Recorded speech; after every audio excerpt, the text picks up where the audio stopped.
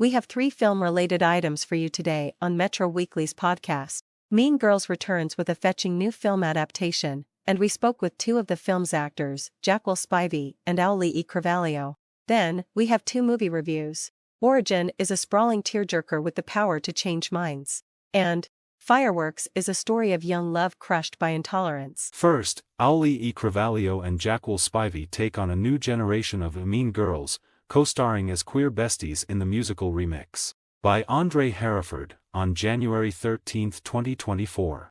The mean girls and boys prancing among us, we try to avoid. But the mean girls on screen and on stage, who, for 20 years, since the release of the original hit comedy, have been schooling audiences on the laws of the teenage jungle? Well, those mean girls are still very much in demand, with a fetching new film adaptation of the 2018 Broadway musical, both scripted by Tina Fey, rolling into theaters, featuring a mostly new cast who have absorbed the lessons of this beloved cautionary tale. I know that Mean Girls, 9 times out of 10, have a reason for getting there, says Jaquel Spivey, the Tony-nominated star of A Strange Loop, making his big screen debut in the film portraying almost too gay to function school outcast Damien. Being mean isn't just something you're born into, he continues. You have to be taught, or life teaches you how to be mean. So, for me, either I ignore you or I extend grace, but usually it's ignore you. Because life over here is fun. And if you can't get with it, I'm sorry, I'm gonna just let you be miserable. Auli'i Cravalho, who co-stars as Janice, Damien's lesbian bestie and the mastermind of a vicious revenge plot, admits she learned her mean girl lessons the hard way. I will be completely honest, in high school I had a problem with authority, she says. So, I was mean. I was mean.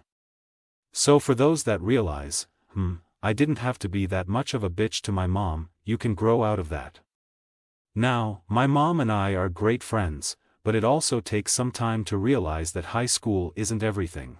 Of course, high school, and their status within its hierarchy, is the only thing for the kids in Mean Girls, be they jocks, mathletes, or plastics. It's a savage circus, and, in this production, which boasts more than a dozen musical numbers, Janice and Damien are the ringmasters, narrating the entire story. This 2024 film is not a remake, Cravalho says. 20 years later, this is what high school looks like now. And this film is a wonderful kaleidoscope of our '04 classic and the Broadway musical brought together. And I think that's such a fresh take. Directors, Samantha Jane and Arturo Perez did such a wonderful job of being visionaries for this new era. Both Cravalho and Spivey also express gratitude that in this new era, Janice and Damien get to be so unabashedly, openly queer. Films are always indicative of their times, says Cravalho. And so it's great that we have put a new spin on this. This is what high school looks like. I was queer in high school. I wish that I saw more representation. I don't think many people take into account how difficult it is to grow up and never see yourself, and have to force yourself to think you belong, or you're supposed to be here, when no one shows you that you exist or you are important enough to exist, adds Spivey. So to be a part of a duo that I think has always represented the underdogs, always represented the fierce queens who get overlooked, I just feel like they're really celebrated in this movie, he continues. Damien's not getting a shoe to the face this time, and I guarantee you, if he did, it would have been a different type of movie. Next, Ava DuVernay's boldly original Origin laces a writer's eye-opening philosophical journey with gripping personal drama. Review by Andre Hereford, on January 19, 2024. Ingenue Ellis-Taylor is simply breathtaking in Origin, starring as a celebrated writer diligently solving the puzzle that is her latest book, while also facing unfathomable personal adversity. The book she's writing happens to be the non-fiction bestseller that inspired this film. Cast, The Origins of Our Discontent, by Isabel Wilkerson.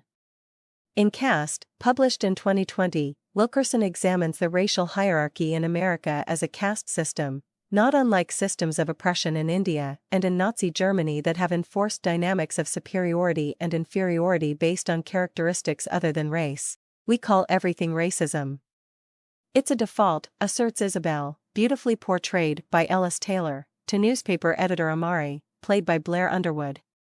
He's trying to lure the Pulitzer-winning former journalist back to the paper to write an in-depth piece on the racial dynamics haunting the then-recent killing of Trayvon Martin. She insists that the case, which Amari views as a clearly racist incident, is rather a reflection of caste. As she sees it, racism is insufficient as a paradigm for understanding why a self-deputized Latino man would assume the responsibility of policing a black youth in a predominantly white neighborhood. Examining the case, she starts piecing together commonalities between caste systems across civilizations, sparking the idea for what could be a groundbreaking book.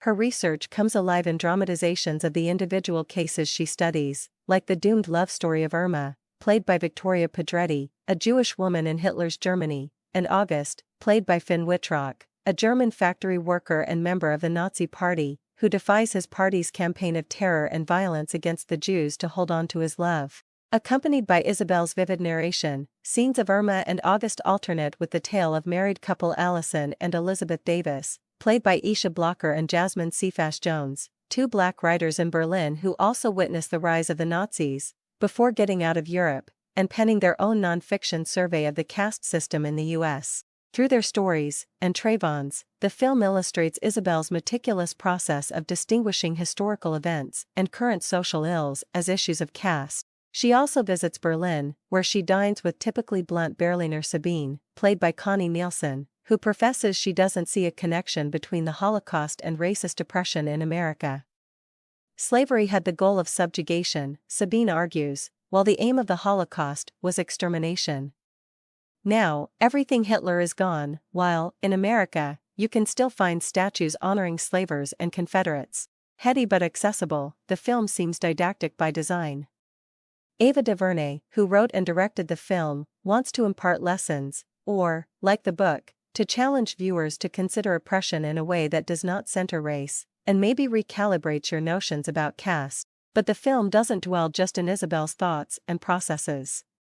She has a busy life with loving husband Brett, played by John Bernthal, an aging mother, Ruby, played by Emily Yancey, whom she's just moved into a retirement home, and the daily pressure of having yet to follow up the massive success of her first book. She also has her dear cousin, Marion, Niecy Nash Betts, a treat, as usual, to lean on, which turns out to be an indispensable lifeline after Isabel suffers through a year of tremendous losses that she couldn't have possibly imagined. Ellis Taylor, adding to her engaging portrait of Isabel's intellectual ambition and curiosity, also plunges with brilliant honesty into the depths of her grief.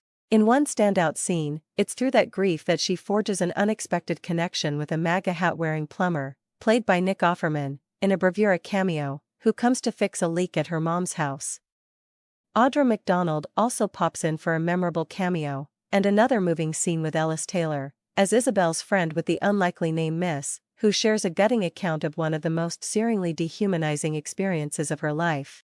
Isabel's personal encounters, along with her research, acquaint her with intimate details in the lives of others who've suffered, persevered, and overcome, which she's struggling to do. The brilliance of DuVernay's adaptation is in how she fuses the disparate stories, true or fictionalized, present day or period, and the book's powerful concepts, into an emotionally coherent drama that's somehow deeply sentimental yet rigorously cerebral, a sprawling tearjerker with the power to change minds. Origin earns 4 out of 5 stars. Finally, we have the heart-rending Fireworks, which captures the innocent joy of two gay teens in love, and the hate and harassment that follow. Review by Andre Hereford, on January 19, 2024. Friendship blossoms before attraction for Sicilian teens Nino and Johnny in Giuseppe Fiorello's sensitive, ultimately tragic romance, Fireworks. The boys spark a bond from the moment their mopeds collide on a forked road winding through the rocky countryside. Mop-haired 16-year-old Nino, played by Gabriele Pizzuro, is out joyriding on the scooter his parents just bought him, while slightly older Johnny, played by Samuel Segreto, is racing to escape two of the tormentors who refuse to let him be. Set during the summer of 1982, with the entire country entranced by the Italian national football team's progress through the World Cup, the film marvelously conveys a sense of time and place. Picture it, small-town Sicily before Italy's gay rights movement had truly crystallized. Everything appears to be baking in the sun, the brush-covered coastline, the olive trees, the men in their tight tanks and jeans. And in his small town, shy garage mechanic Johnny has been branded a, quote, certified F-word, by macho village idiots with nothing better to do than loll about all day in front of the cafe bar on the corner, when they're not watching the World Cup or attacking Johnny. Stoically, he walks alone in his torment, save for the caring attention of his mother, played by Simona Malato. Although she's more concerned about keeping her man Franco, played by Enrico Roccaforte, happy, than shielding her son from being beaten up and chased through the streets. So Johnny finds much-needed refuge in his friendship with Nino, a gregarious, more or less well-adjusted kid who works helping his dad, played by Antonio de Matteo, produce fireworks at fairs around the region. Nino's family embraces Johnny in a way that the fatherless loner has never felt, until the boys are spotted in an intimate moment. Gossip spreads that reaches both boys' families, and the real fireworks ignite. Reactions to the budding romance range from explosively histrionic to cruelly disapproving, with director Fiorello allowing some in his cast to fly far over the top portraying anti-gay outrage. Malato, as Johnny's meddling mom, particularly dials up the overheated melodrama.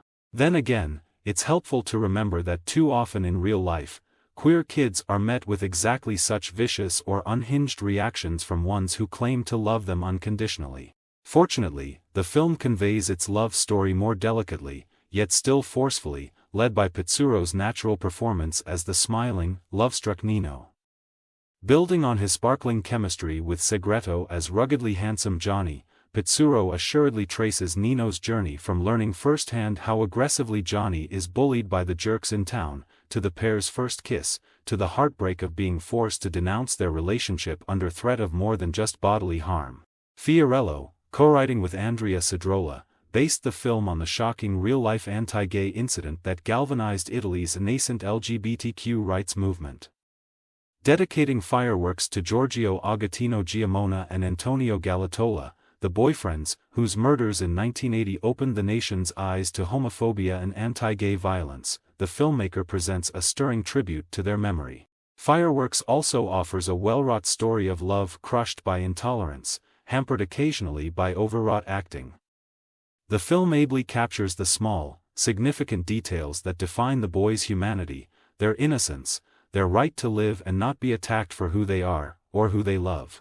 And with profound compassion, and a minimum of on-screen violence, it depicts the lack of humanity shown by family and community who, instead of turning on Nino and Johnny, could just as easily nurture and protect them. Fireworks earns 3 out of 5 stars. Thanks for listening. If you enjoyed this, please hit like, and subscribe for more entertainment news from MetroWeekly.com.